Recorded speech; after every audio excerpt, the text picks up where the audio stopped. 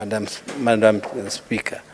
Madam Speaker, through that one-party system, it was very, very torturous to particularly members of parliament. And Madam Speaker, I will recall that there is one time when through that one-party system, and I was a councillor in those days, Madam Speaker, I was a councillor in Kisumu municipality, and there was a committee of KANU which was called a disciplinary committee. And that committee, Madam Speaker, was very, very ruthless. If you were charged for any offense of having offended the government or having done some mistake to some leaders or disagreeing with the leader, you would be called to appear before that commission, before that committee of disciplinary in the morning. And Madam Speaker, if you appeared before that committee in the morning and somehow after interviewing you, they found you to be guilty, they would declare a verdict of guilt on you. And if they did that, Madam Speaker, that matter would be taken to Parliament the same afternoon.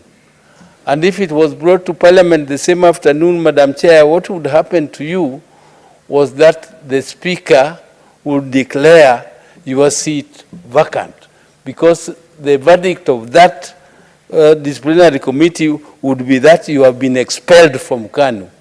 And once you have been expelled from KANU, and KANU was the only party, therefore, Madam Speaker, you need not have any other chance to go to any other party to contest. That was your end. So people used to go before that disciplinary committee and kneel and try to plead so that they would be exonerated, Madam Speaker. Madam Speaker, because if you were declared guilty, that was almost like the end of your life. It was the end of everything that you had planned in your whole life, Madam Speaker. Madam Speaker, I recall one very powerful minister from Western Kenya appeared and was almost crying before that disciplinary committee, Madam Chair, because if that happened, your seat is declared vacant, it is taken to the Electoral Commission. The Electoral Commission would then declare that seat vacant and announce the date for the elections. The date for the elections would be maybe in a month's time, and within 1 month, Madam Speaker, I can tell you, there would be another member of parliament here, because KANU would only nominate one candidate for that seat, because KANU had discretion to nominate more than one candidate for one seat. But if they decided to nominate only one candidate, that one candidate will present his papers on the appointed date, and the returning officer was the DC. The DC will declare that the seat has been won unopposed, and but once it is declared unopposed, Madam Speaker, the seat there will be a new member of parliament before 1 month expires, Madam Speaker. And that would be the end of you, because there was no any other party. Madam Speaker, since those days, this country has gone through a revolution.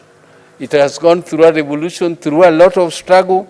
People even shed blood in order to get to where we are, Madam Speaker. And a lot of changes. When the new constitution came, Madam Speaker, it was like something like God sent. It was God sent because now those dates, those election dates, which the president used to tell us, I was in this parliament, Madam Speaker, when the president used to tell us that the date of election will be announced by him. It is a secret weapon. It is a secret weapon which he could use to, to deal with the opposition, whoever was trying to bring whatever issues. So, Madam Speaker, those days are long gone. We are now discussing a whole bill which now gives details, even a select committee to select the chairman of the Electoral Commission. This is a big revolution, Madam Speaker. I'm so happy that we have come to this stage where we are even talking of auditing elections. Going through a process of auditing the elections, Madam Speaker, which is something which was unheard of. This is something which I'm very, very pleased about, Madam Speaker. Even though we cannot have a perfect bill, Madam. The NADCO team sat, they went through the whole electoral process, they found out the weaknesses, they identified those weaknesses, and they tried their best to do improvements on them. I can see that we still have some of us who are still having some ideas on the improvements they still want to do on amendments, which is their right as per our Constitution. They have a right to do amendments, but Madam Speaker, I hope that the amendments which will be made at the committee stage will not be those amendments which will dilute this bill and take us back again to some dictatorial regimes where we are going to go back again to some powers deciding who is going to be our chairman of the Electoral Commission, who is going to be the commissioners, and so on. Because now details have been made on how a selection committee will be selected, and I hope, Madam Speaker, that these improvements which have been suggested here will be for the good, and we shall never have a situation where we go back again to the situation of 2007 where people start fighting again. Senator Oburu, would you like to be informed by Senator Mungatana? Yes. Okay. Senator Mungatana. Madam Mungatana can.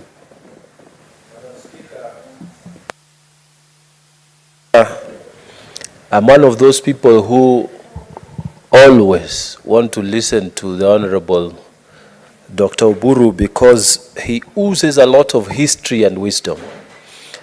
The information I wanted to pass to Honorable Senior is that the proposed amendments actually don't go towards diluting the NADCO report.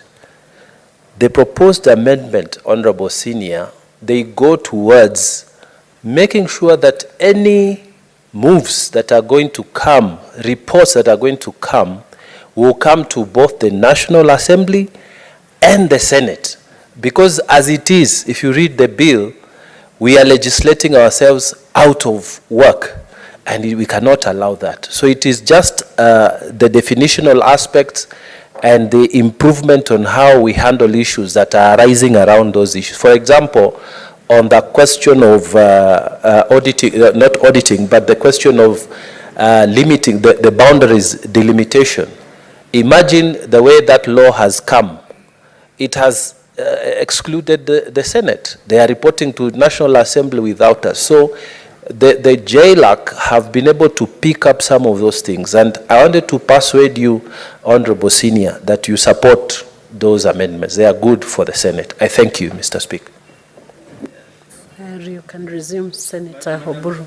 I appreciate the information given to me by my colleague with whom we have been friends for a long time here in this parliament.